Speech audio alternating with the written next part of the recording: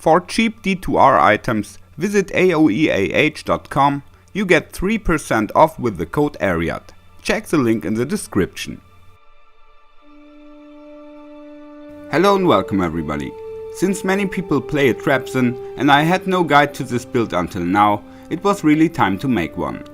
Many will certainly reskill as soon as they have double Mosaic.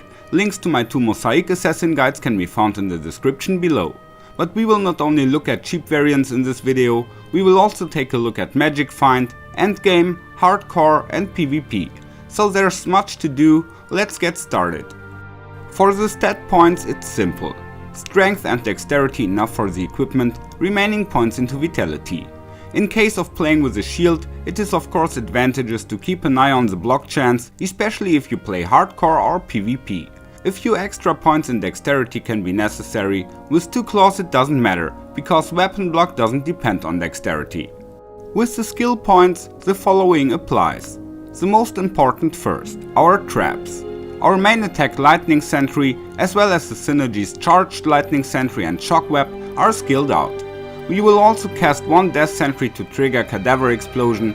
To increase the radius it's also useful to invest more points here. But you don't need this skill for PvP.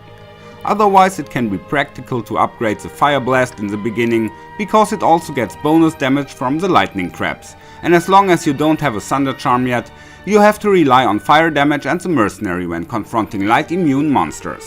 Wake of Fire is often enabled with 1 point for PvP, just for the stun effect. With the Shadow Disciplines it looks like this. If you play with 2 claws, you should unlock weapon block and maybe skill up a bit. You can omit the skill point if you play with a shield, or if the skill is unlocked by a claw and you are already satisfied with the block value.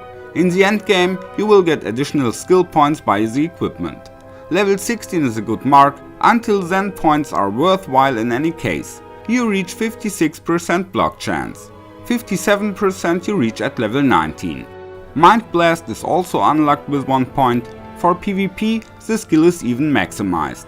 In early game, the passage skills Psycho Hammer and Cloak of Shadows can be handy to push monsters away or to blind them, so you can push them into traps or prevent them from attacking you. The Shadow Warrior can be unlocked optionally with 1 point. It is initially helpful to distract monsters, but later actually superfluous. In PvP, you also use it for distraction. Lastly, we have Burst of Speed and Fate. Only one of them can be active at once, and I recommend playing with Fate here. It not only increases the resistances, but also the reduced physical damage. Feel free to invest a few points here. Of course, we must then ensure enough IAS on the equipment, but with Fast Claws this is no problem in the end. And as soon as you teleport, the movement speed bonus from Burst of Speed is also useless. All in all, the skill tree looks like this.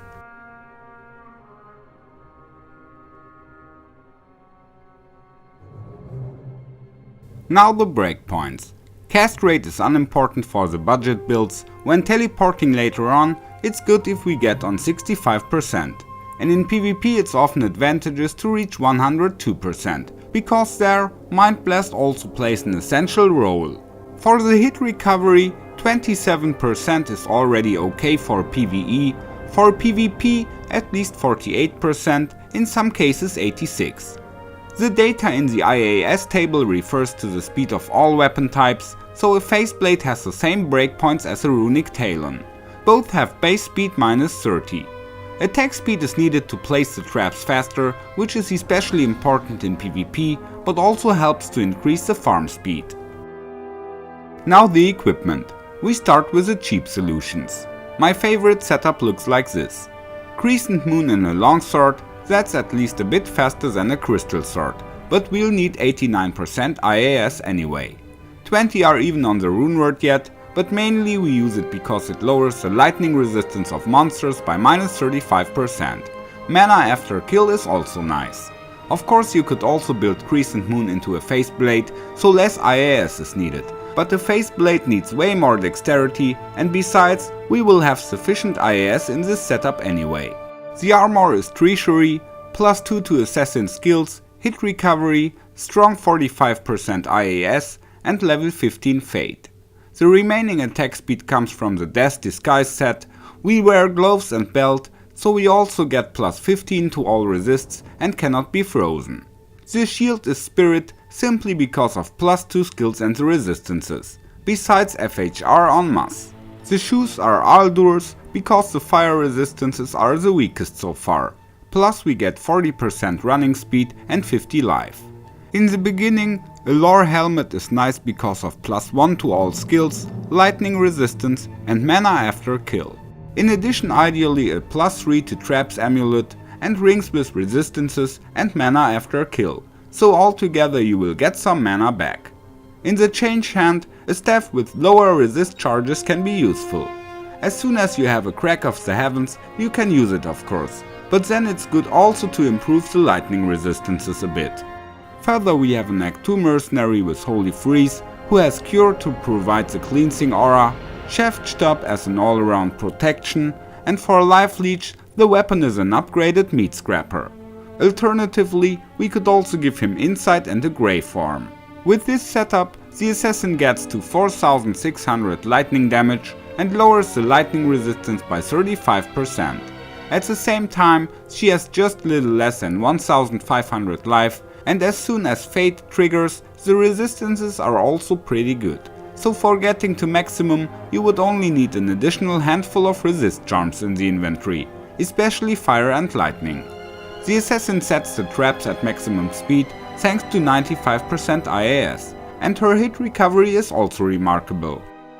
Some further cheap alternatives: you can also get 30 IAS by Zigon's set. If you also put on the boots, you can get 50% magic find.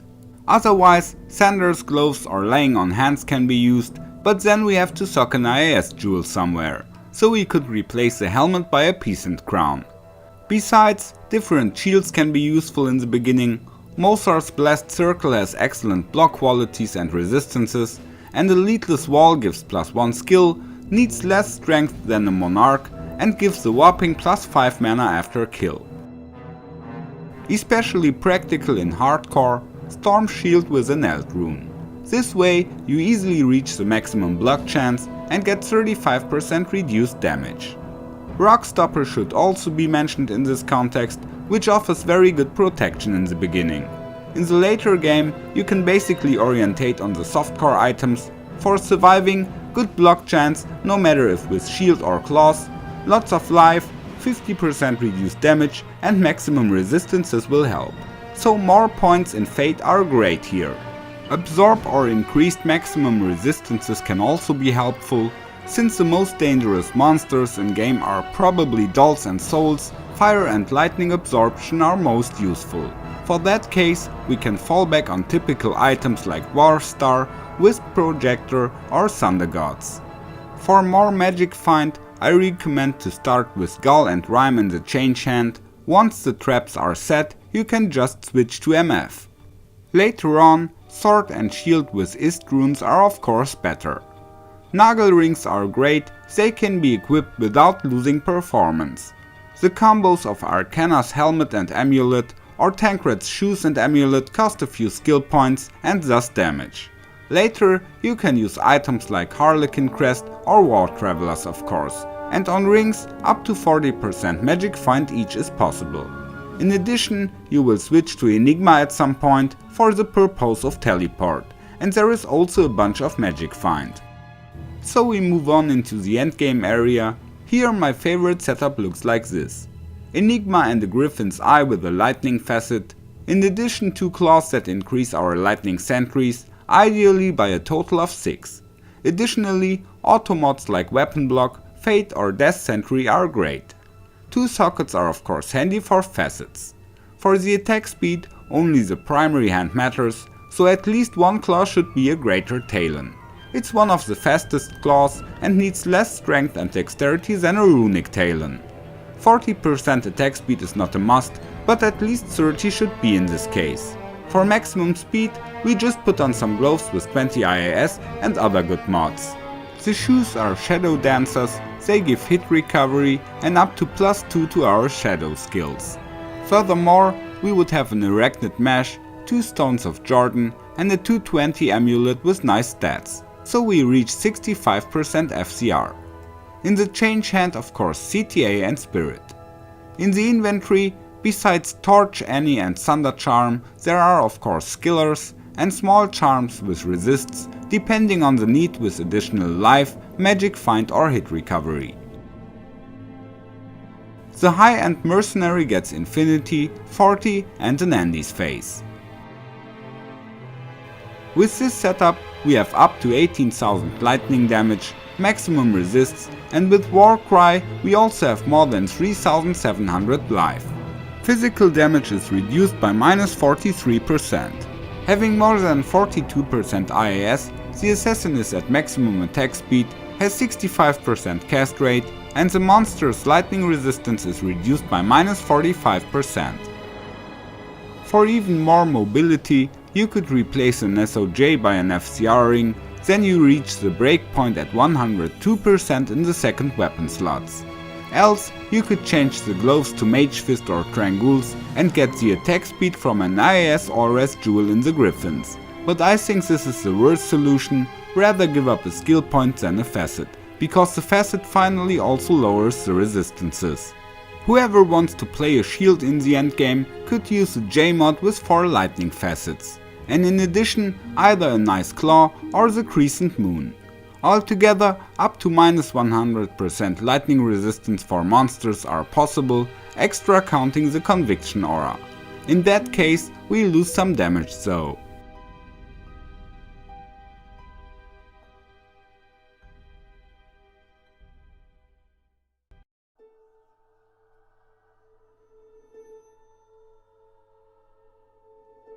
Last but not least, we also look at 2 possible PvP builds. One is quite cheap, the other has no price limits. Since good claws and amulets are especially expensive, the cheap version plays with weapon and shield.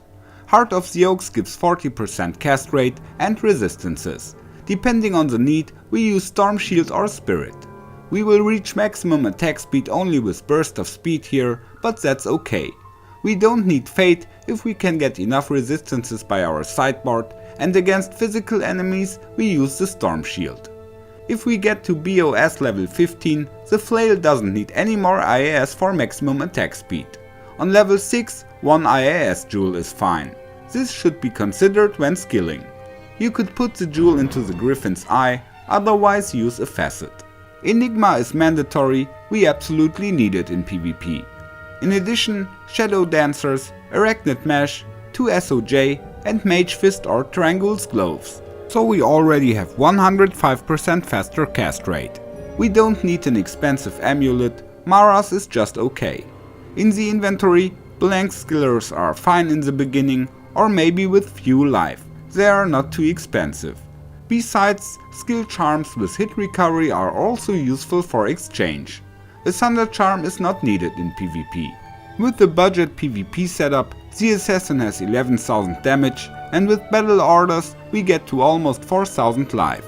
The cast rate is at 105%, traps are set at maximum speed, and depending on the setup we can reach 43% reduced damage and maximum resistances.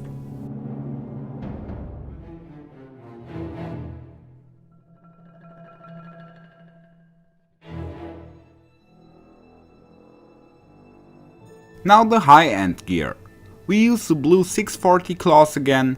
To get both maximum attack speed and 102% cast rate, we need Griffin's Eye with an IAS All-Res jewel in it, the 220 amulet, though 17% FCR would be sufficient, the Arachnid Mesh, Mage Fist or Trangules, and 2 faster cast rings. In the skill tree we can put all the remaining points into Fate here, because that will be our only source of damage reduction besides Enigma. Since there is 1% per level, every point is worth it. As mentioned, Death Sentry is not needed in PvP, so you only spend 62 points on the traps. After you have maximized Mind Blast and brought Weapon Block to an acceptable level, there are still points left, and they are most useful when put into Fate. The stats look like this: 17,000 damage at over 4,000 life, all resistance maximum, and damage reduced by 37%. So at the cost of cast rate you can easily reach the maximum, e.g. with the Verdungos. Otherwise, you can put even more points into Fate. This character is only at level 90, so 9 more points are still possible. Furthermore, we have minus 40% lightning resistance for the opponent here. Finally, a few words about the gameplay. In PvE, we usually set up 4 lightning and 1 death sentry, and then pull the monsters into the traps. Here, Psycho Hammer and Cloak of Shadows can be both supportive and protective. If you want to be on the safe side, always place a few traps at the front, especially where you expect many monsters. As mentioned, you can weapon switch in between, e.g. to profit from more magic find in the offhand.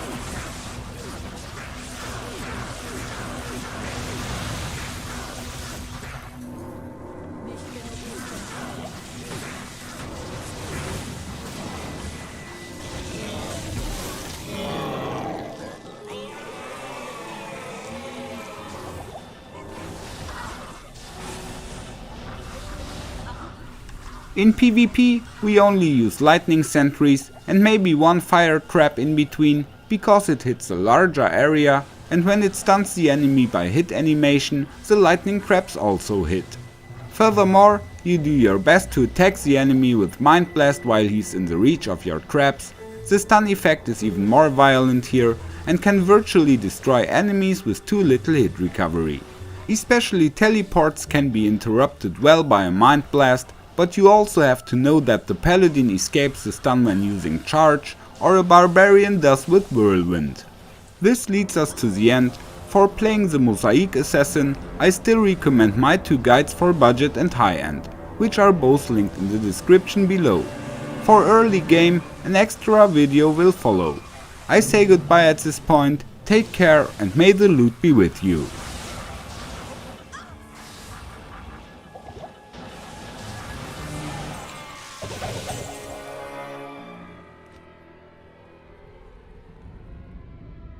Come on. Follow me.